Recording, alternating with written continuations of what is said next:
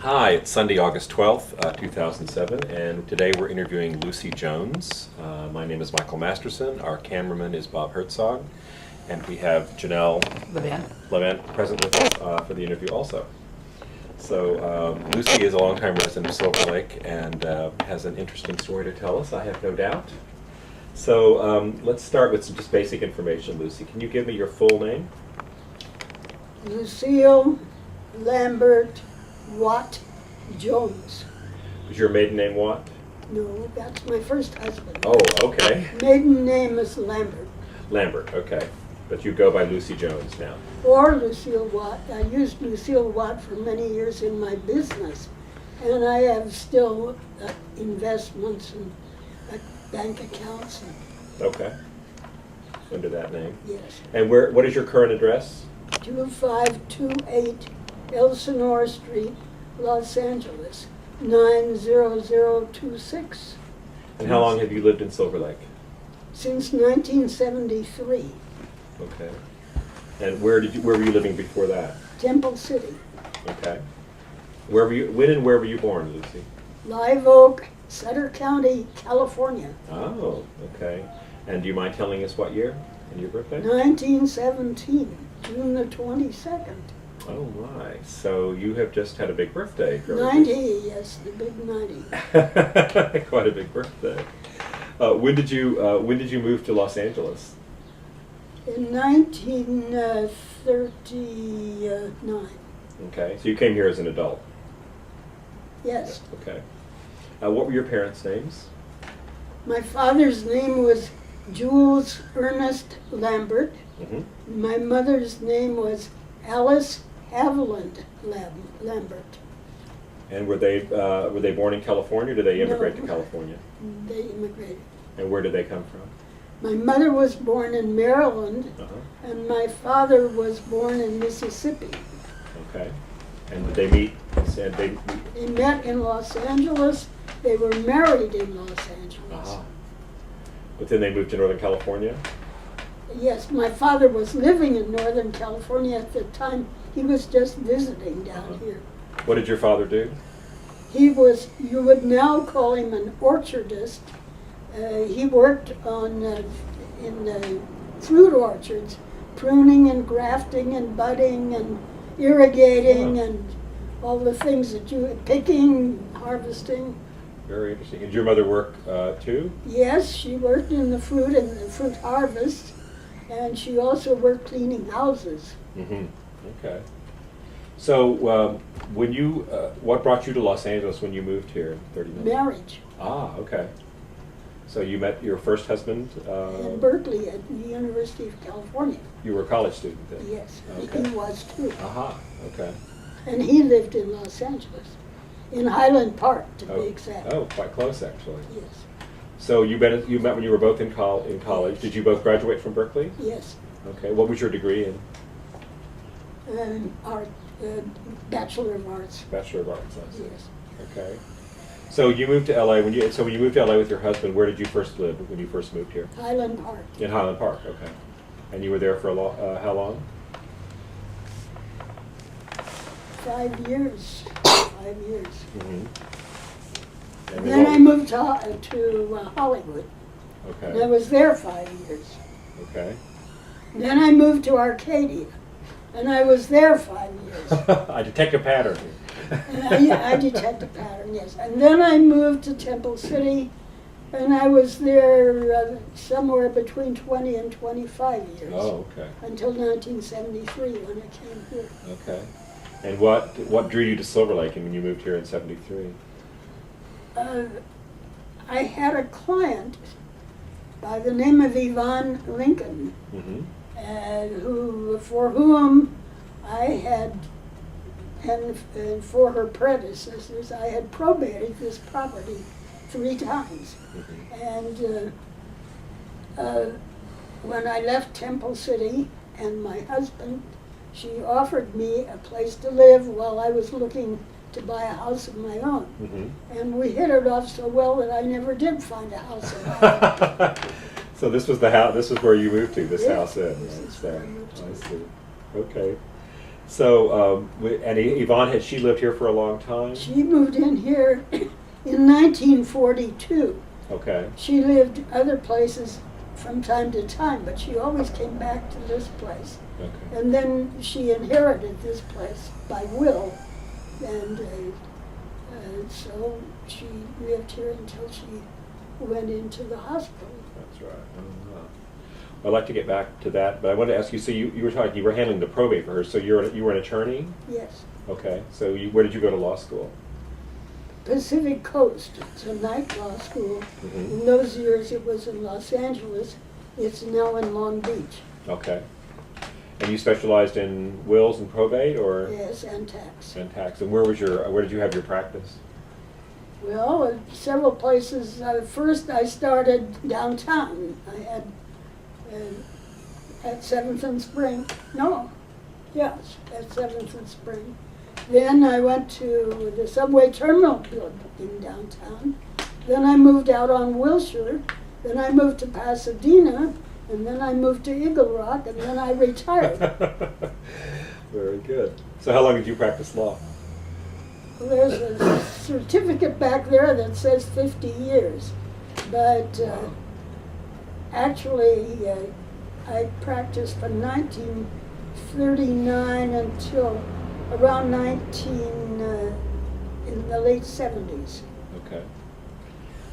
Or 80s. Okay. And, so your first husband, you were married how long? 5 years. 5 years. Good. And then you were married a second time also? Yes. Okay. Yes. And that marriage was? That marriage. It was to Mr. what? No, that was Mr. Jones. Mr. Jones. Okay, sorry. My daughter's father. Okay, so you have a daughter. I have a daughter, yes. Okay. And he died in somewhere in the late 70s, I think, 79 or something like that. I see. But you were separated at that point, so. Yes, I left him in 73. Okay, and that's when you moved to Silver Lake. So. Yes. Very good. So when let's talk a little bit about Silver Lake then. When you first moved to Silver Lake in '73, what was this neighborhood like? Well, it was the neighbors were very, very supportive. And it was ethnically mixed, even at that time. But we had a family from Brooklyn 2 houses away that were very close to us. And they now live in Nevada. We had 2 boys who were born on the street who lived right next door. Their parents had lived at the corner of Benton Way in Elsinore when they were born. And then, I don't know where one of them is now, but the other one lives in Bishop. There was a Cuban family across the street, and they died, both of them, and one of their daughters died. And then Yvonne rented the front house to a Cuban family. They were very wonderful people. And they moved out in 1980. So they were here for 7 years while I was here. And then, so this shopping center had not been built. Mm-hmm. The shopping center at the corner of Coronado had not been built there. It was an auto repair shop then, a very seedy looking one. And the corner of Benton Way and Sunset was a vacant lot owned by Richfield Oil, and it had a hedge of white oleanders along Sunset Boulevard and down Benton Way. Lovely in the springtime and in the summer when they bloomed. They had drilled for oil there and a dry well. Mm.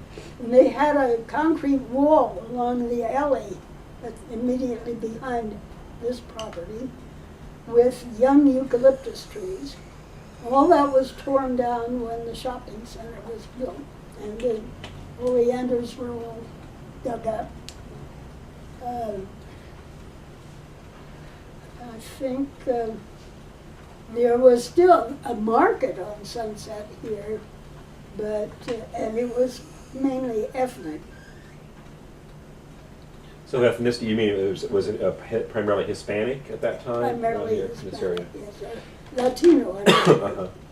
But you said the neighborhood was very supportive of you and Yvonne. Yes. So that And you were they were accepting of. Yvonne was known as the mayor of Elsinore. She met everybody on the block. She knew everybody's cars. If a stranger came on the street, she knew it and asked him what his business was there. Uh-huh. And She was a one-woman neighborhood watch committee. yes, she was. Yes, she was. In her own way. So. Yes, she was That's a good. community activist. Uh-huh. She belonged to all kinds of organizations. Well, it was an interesting time here in the 70s and 80s. A lot of Yes. transition and change going on. Yes, it There. was. So. And all the shopping centers on every corner were Yes. being built. So what do you, just now talking about Silver Lake, you've lived here obviously for almost 35 years now, Yes. right? So you Yes. had a lot, you've seen a lot of changes. And so what do you, is it the acceptance, the tolerance in Silver Lake that makes it so special to you? Or what are the things about Silver Lake that really, appeal? Because you've lived in so many places, you've had a lot of points of comparison Right. in all the places you've lived. Yes. Yes, especially since Yvonne has been hospitalized. It'll be 2 years next month.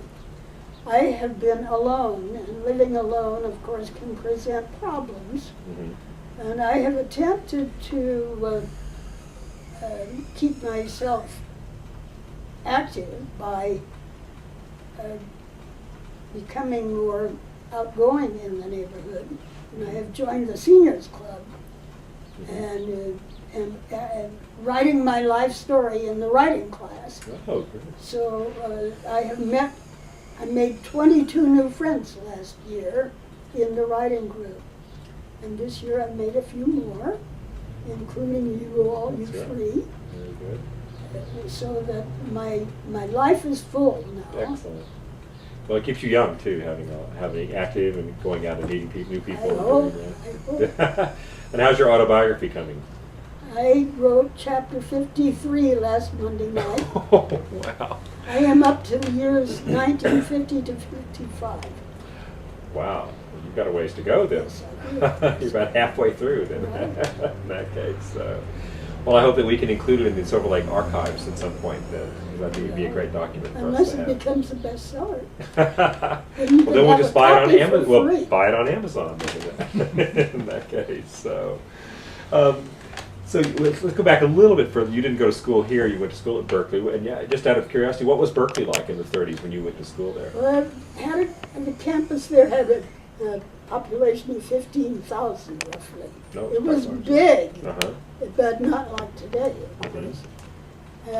It was very intimidating.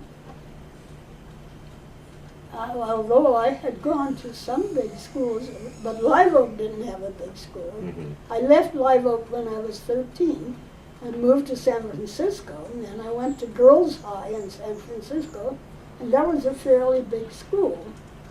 Then I moved to Santa Barbara, and Santa Barbara High School at that time was a fairly big school. So, but I wasn't prepared for Berkeley. I wasn't prepared for 15,000. And I was a year younger than most. I had just had my 17th birthday when I started at Cal. And all of these new things that I had never heard of, such as Sanskrit. I had never heard of Sanskrit. Cute story, I was telling one of the girls in my Latin class, I said, do you know that there are really people here who are studying Sanskrit? And she says, yes, I'm a Sanskrit major. She was at all surprised. Right. That's funny. She said that there was a lot of female bias in the department, that she couldn't get an interview with her counselor. He was only interested in the male students. I was going to ask you about that. Being a female student and in the 30s at Berkeley, was you a distinct minority? In terms No, of, I was yeah, we were, but as an English major, I wasn't. Not Of in your course, department. in the architecture and science departments and mining and things like that, there weren't any women, it's all Right. men. Right. More And traditional. the law roles. school, of course, Right. but It- in English there were a lot. Berkeley had a reputation much later for being a very liberal school. What was it like when you were there? Well, we had our protests, let's see, one of them was the longshoremen strike in San Francisco. One of them was Hearst was doing something that he shouldn't be doing. I forget now what. And one of them was the war in Spain. Sure. So there were all kinds of protests. Mm-hmm. And people in what they called the movement were getting arrested. You weren't really anything in the movement unless you got arrested for doing something. That's a badge of honor. Badge of honor, yes. Like That's right. And were you derailing a streetcar or something. were you ever arrested? No, I never was. However, I did get my name in the paper lambasting Mr. Hearst for something. I had no knowledge of this until I read it in the paper. And the young communists who had put this in the paper told me that they didn't think I'd mind. I see. They needed a new author. Uh-huh. They had been quoted so many times. And were there any repercussions from that? Anybody? Oh yes, people said that I didn't know what I was talking about. And of course, I hadn't been talking. It was, I did have some people chew me out about it. That's interesting. That's good. Wasn't a Hearst paper, I bet. That they were printing it in, I imagine. No, it was in the Daily Cal. Yeah. Exactly. So let's jump back a little bit to sort of like, so when you moved here, you met Yvonne Lincoln, is her Yes. name, Yvonne Lincoln? And you met her in '73? Oh, no, I had known her since 59. Okay. How did you first meet her? She was a client. Okay. I had known about her since before then because, as I said, I had been involved in probates. Mm-hmm. I went to work for a lawyer in 1950 in the subway terminal building, 3 months after my daughter was born, and he represented a theater chain. And we were involved always in helping the employees of the theater chain. And one of them lived here, and her aunt died. And the aunt was the first owner of this property in the time I was involved with it.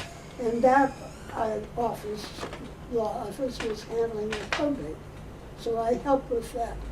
And then the niece, who inherited the property, at this time, of course, Yvonne was living some of the time in this house with a lady by the name of Ruth Kimball Palmer. And so when the niece died, she left the property to Ruth Kimball Palmer. Mm-hmm. And before the niece's probate was closed, Ruth Kimball Palmer died and left the property to Yvonne. So I was handling two probates One of after the another. property at the same time. Because the second one hadn't closed before the third one opened. Oh God. Yes. It's a long series of events. Right. So I have known her off and on with the probate. And we had become friends. Mm-hmm. So you had met her initially through that as a client, Yes. and maintained that friendship. Yes. And then she lived here, obviously, after Miss Palmer died. Yes, she did. maintained this residence. And it's I'd like to, when we're done with this part of the interview, we'd like to go around and maybe look at some of the things in the space we're in. But we're actually in a space that's behind a sort of a craftsman cottage in front, and then we're in a large structure behind it. What was this structure built for? This was a dance studio. One of the owners, before all this I've just recited, was a dancing teacher, and she rented space downtown somewhere in the days when Arthur Murray was teaching dancing in a hurry, and there were all kinds of dance studios around. she said, why should I pay rent downtown when I've got all this space behind? So she had her boyfriend build her the studio here. And since then, of course, there have been many modifications to it to turn it into a residence. And then in 1980, we had a very bad flood, and the property had to be jacked up inch by inch and a new foundation put under it, plus bringing it up to code. Correct. Building codes and stuff. Yes. Didn't you tell me, Lucy, that there was a creek that ran through here at one time Yes, in the old days? Long ago, I don't know, can't be all that long ago, because I have talked to people who have played in that creek as little boys. In fact, my first husband was one of them. And he said there was a creek here, and the people used to fish in it right through the alley before Sunset was opened up from downtown. Apparently, at one time, Sunset did not go through right away. Oh, I didn't know that. I didn't either until they told me. And the boys that I mentioned that were born on the street here also told me about the creek. So, but the creek was gone when you were at the flooding. That was long after the creek was gone. That's true. That's true. What caused the flooding? We had these very heavy rains in 1980. You may remember. I remember them. Yeah. And they had built this shopping center, and the plasterers had dumped their leftover plaster down the manhole, so that the manhole thing was blocked with plaster. And the manholes hadn't been cleaned all the way from the hills on down, so that the lowest spot got up and all of it, yes. And that was you, Yes. unfortunately. Yeah. We had another one just 2 years ago, but it didn't come in the house, fortunately. When it was restored in 1980, it was built up high enough, so it came up to the back steps, and we had damage outside. Do you know what year the front house was built, the cottage was built? I should. Now let me think.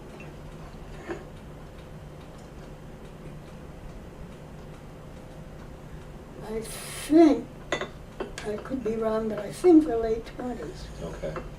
And I have heard that the street was not paved then. That came a little later. Right. And this studio portion was built just after that? In the 30s. In the 30s, okay. So this structure itself is pretty old now too, Yes. actually, so. And it creaks. In the night it creaks. Does it? Yes. It changes in temperature. That's interesting. That's good. Do you have any other questions, Bob? No, I don't. Janelle, anything you want to bring up? Not right now, no. Anything else you want to? Should we talk about Yvonne's history a little bit? Yes, let's talk Okay, about sure. Yvonne. She's a fantastic Yeah, woman. tell us about Yvonne. So Yvonne Lincoln, spelled like the president's name, Yes. correct? Okay. But no relation. All right. Well, maybe distantly, but she has never traced one. Her father was born in England. No, he was born in India, in Lucknow, India. But he was of English parentage and an English family. Her mother was born in Texas and left home when she was 14. The minister was doing what is in the papers all the time now, molesting, shall we say. And her parents wouldn't believe her when she tried to tell them. And so she ran away from home. And she eventually became a public steno, which is what she was when I met her. Long before I met Yvonne, in that time she was interested in mining projects, as were many people at that time in the Southwest. But Yvonne was born in Tucson, Arizona. Her mother thought she had a tumor, so she went to visit her brother, who was the mayor of Tucson, and they found out that she was not tumorous. She had a baby instead. So when the mother recovered from having the baby, she brought Yvonne here to Los Angeles, where she and her husband lived. When was Yvonne born? In 21. 1921. Yeah, so she's been here since she was about 3 months old. Except for World War II, when she was an attaché, she calls it, to the Navy. She was a truck driver for building landing strips for the Navy's planes, the big bombers. Oh, sure. Here in the United States or overseas? Both. Both. In England and here, El Toro was one place. She was the only, I think there's a story on that, she was the only female on the construction crew at El Toro. Oh, how interesting. And they had problems, unisex had never been heard of in those days, so she had to have her separate latrine. Just for her. Just for her. And when she was overseas, they were working them. Nobody heard of limited hours for people. They were working overtime, or whatever needed to be done, whenever. And after many months, she got leave and she went to Paris and came down with chicken pox and was hospitalized for her whole leave. She hates the whole thought of. She never wanted to go back to France or England after any of this. Paris means chicken pox. I don't blame her. When she thinks about Paris, she thinks of Paris, Texas, which is where her mother was born. Oh, going full circle. Well, sounds like she was really kind of a pioneer and a groundbreaker then in her. Very in much what she was so. doing. And then she was a leader as a female in the organizations, transportation organizations. She was also, she was one of the first, not the first, I think she has told me different numbers at different times, but she was a very early woman dispatcher of transcontinental trucks, heavy equipment trucks. And that meant 24-hour duty. Being on call. On call, yeah. And checking out the trucks as they left and as they came in, and doing all the routing. And then after that, it got too stressful. They wouldn't hire any help for her, so she quit for medical reasons, and the company wouldn't pay unemployment. And so we took them to court, we did, and we won. In the meantime, she had gotten another job at higher pay in the air freight industry. And she was in that until she retired, also for health reasons. What year did she retire? I think, give or take, in the early 1990s or the late 1980s. Okay, so she worked quite late in life then. Yes, she did. She worked until she was about 69 or so, or maybe 70. Tell us about your social life here, because I know you had a lot of fun parties. Oh, we did. Yvonne was very gregarious, and she was always meeting new people, and we used to have dances and live orchestras, piano players, and she knew a woman saxophone player, in fact 2 of them, and a woman drummer, and we used to celebrate St. Patty's Day. Yvonne was not Irish, but she loved St. Patty's Day. It was always a a drunken bash on St. Patrick's Day. Well, it should be. When you went out socially, apart from having parties here and with your other friends, where did you like to go to eat or to go to have a drink? Little Joe's was one. Downtown. Yes, we were very, very fond of Little Joe's. And of course, Frere Tex. Yeah. Yvonne knew all the parking attendants, the bartender, the waiters, the waitresses, the owners, and the owners' children. Because she had known, and well, I had too, since they were downtown on Commonwealth, Commercial Street. And so we used to go there very often. And we went to the Crest quite often, which is now good. And where else? Where else did we go? Damon's. That was, Damon's. yes. I love Damon's. Yeah. So good. In Glendale. In Glendale. And Taylor's for steaks. Sure. The one downtown at first until it got kind of crummy.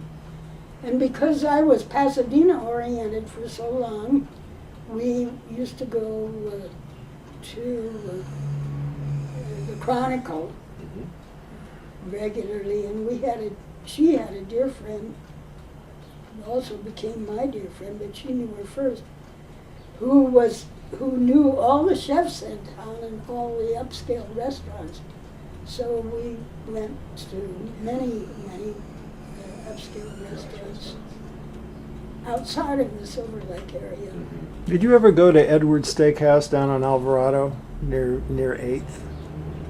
That's right. No, it's but I a block think from. Yvonne has talked about it. Yeah, because that was a great hangout, and it was right a block away from Langer's, which is still there. Still there, absolutely. And Yvonne's sister Marguerite was part owner of a bar down in that area for some time, long before I met her. No, I didn't have any. Never go there. I just heard about it. Did you ever go to the Windsor? Do you remember the restaurant called the Windsor? Yes. By the Ambassador Hotel? Yes. There was another one a block down on the other side of the street. What was that called? There was the Windsor, and it was downstairs. It was like a New York restaurant. Windsor was downstairs.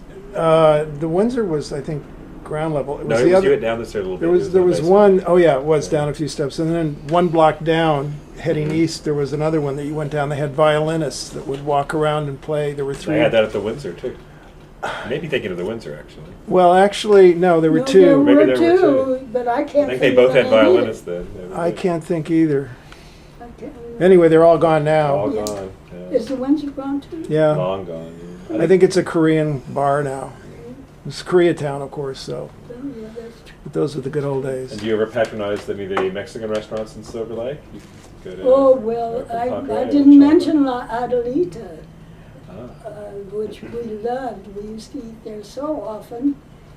It was right next door to Frere Tex, and for a long time, when it was Frere Tex, it's now Tex. Mhm. And then he had to move, his landlord did nasty things to him, and he went down on Glendale Boulevard, just a block or two. But he had a good lunch trade there, but he closed it. It wasn't like the old thing, and besides, he got old like the rest of us and wanted to retire, which he did. But that was the big Latino restaurant for us. We did go to Barrigan's a few times down in Echo Park, and a friend of ours took us to Acapulco. And what is the other? Is it Chavez or El Chavo? El Chavo? Across the street, No, I'm. El Conquistador. Yes, There you go. How about Casitas del Campo?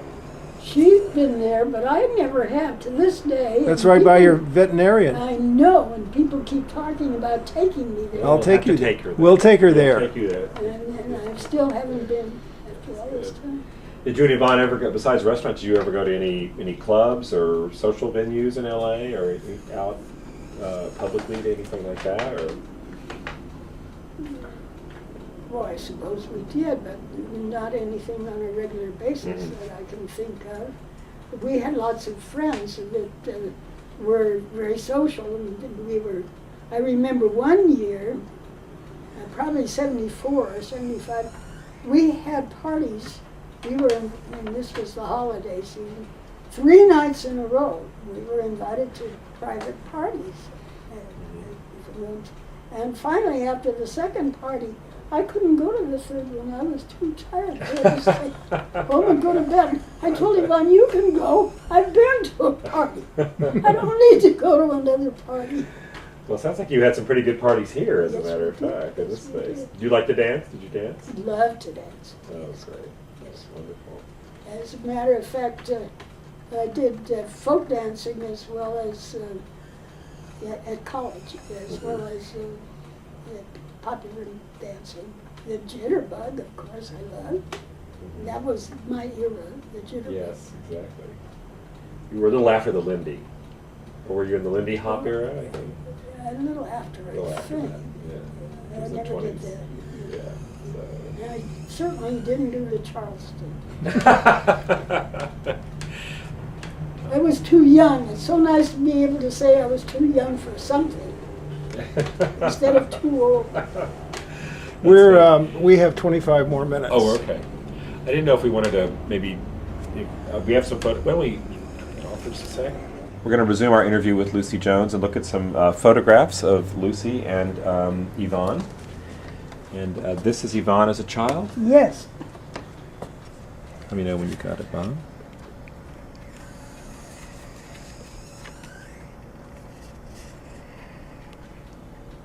Very good.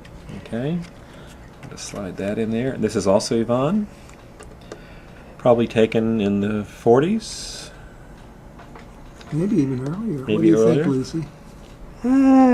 Probably late 30s, Late early 30s, 40s. okay. The car. There's another shot. That and would that's- be in the 40s. Okay. She looks as if she was in her 20s. Okay, good. And here's a really That's nice, Yvonne in her teens. That's a nice shot. nice kind of glamour shot. What does that inscription say? To my mother.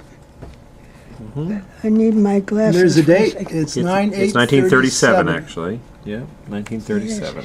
She looks like Ingrid Bergman there. Very much so. She would have been Now we 16 can flash years forward old. to a little later in her life. Much later in her life. This is when she was working as a dispatcher. No, I think this is even later. She's now a terminal manager or Okay. something like that. Very good. What is it? Western Offices Administrator. And here she is in another role. Yes. See that? And then this is a picture of her with, and this is with, who's she with in this picture? Sister Alice Marie of Meals on Wheels on their annual walkathon. Mhm. Yvonne collected the most money to support the walk. Somebody collected more money on the bicycle ride, but she collected the most on the walk. 2 years running, I think it was. Wow. Okay. And even after she was hospitalized, there she is walking. Uh-huh. That's on the walk? Yes, that's on the walk. Very good. Okay. After the walk, I think. Uh-huh. And there she is. I do not know the background. I do not know the year. It could be Santa Barbara, it looks like. maybe. Santa Barbara or New Mexico. That looks Okay. more like New Mexico. But this is Lucy. Lucy, this is a picture of you. When was this taken? Do you have In the 50s. in the 50s? Okay. We actually have something else that dates. I'm going to pull this out of the way for a second. We have the Los Angeles Bench and Bar book, Centennial Edition, and featured prominently on page 297 is Lucille Watt, now known as Lucie Jones to us in this interview, and she was admitted. It says that she was admitted to the bar, California bar, in 1949.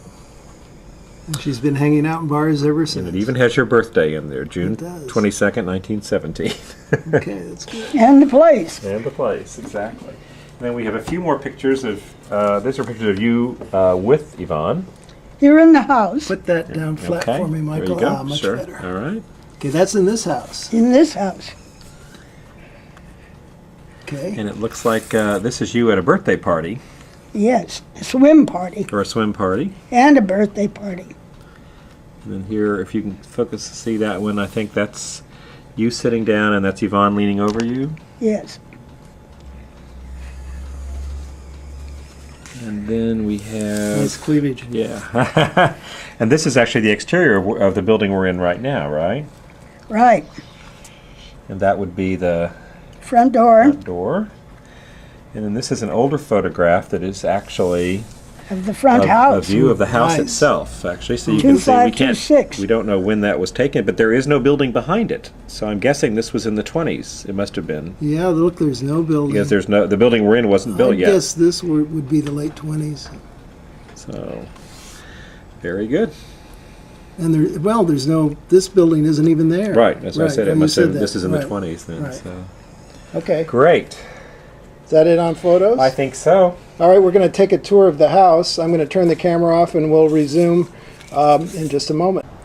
All right, here we are in the front of the house at 2526 Elsinore. Little cottage built in the 1920s.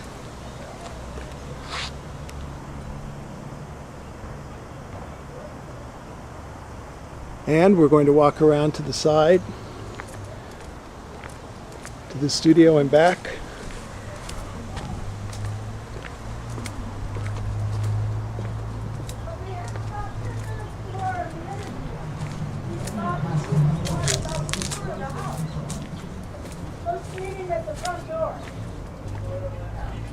Hi, Rose. Rose lives in the front house that we were just photographing. Here's Lucy. Hi there. Hello? Come in? Janelle and Michael. Hello. I know here to our right is the bath. And to our left is the bedroom, which the door's closed. No, it's over here actually. Oh. It's hard to have two visual acuities. This is the bedroom. Lots of art. Lucy's told me all about this art. And we won't go into detail. There's a picture of Yvonne up there. And Leo Politi was an artist in Angeles Heights, one of our neighboring communities. A local artist. Yes, I bought them in Olvera Street. Yeah, he was very well known. Yes, and a drawing of Yvonne done in Olvera Street. Oh, this one, yes. Yes. She does look like Ingrid Bergman. Okay, swinging around, we'll the follow the lady of kitchen. the house to the kitchen. My domain. I'm a cook. Lucy's a good cook. And here again we have the high ceilings. As you heard earlier, this was originally built as a dance studio and then converted into an apartment. And I'm going to come around behind you and follow you into The front room, front room. the dining area where Janelle and Michael are sitting. Hello. Getting Hi ready to there. have our afternoon snack here. Yes. Thanks to Lucy and Janelle. And we have lots of windows in here. And this is a big room. I don't know if I can pull back far enough to show you this, but this is like a grand room in Hacienda. You can see that it contains 2 couches, 2 desks, a piano, a poker table, 2 coffee tables, 2 recliners, various chairs and lamps. And today we're having about an 85-degree day, and it's very comfortable in here. I wouldn't say it was cool, but it's comfortable, and there's nice cross ventilation. This is the gift wrapping area where Christmas is already underway. And this Jeez. is the business area with the filing. This is the craft area. I use spray glue, so there has to be a paint sheet, drop cloth, and newspapers to protect things from the spray glue. And I make gift tags. There are some of them out here on display. This is one of your hobbies. This is a hobby. I don't know whether they will show up or whether the light is good enough. It's good enough. A little bit of glare, but these are gift tags, and you give these away in packages as gifts. I label them, yes, I give them to people so they can, yes, as you can see, here are the people who are going to get gift tags for Christmas or birthday, as the case may be. Anything else you'd like to show us? Well, we can, Okay, I have to back up. yes, you do. And Okay. Cyril, you haven't, he is such a big part of our house. Oh, You haven't done Cyril. tell us about Cyril. He is Bavarian. He was one of 4 creatures that the sculptor did. He is a friendly dragon. He doesn't answer the telephone, but otherwise we are very happy to have him. And he suddenly had babies.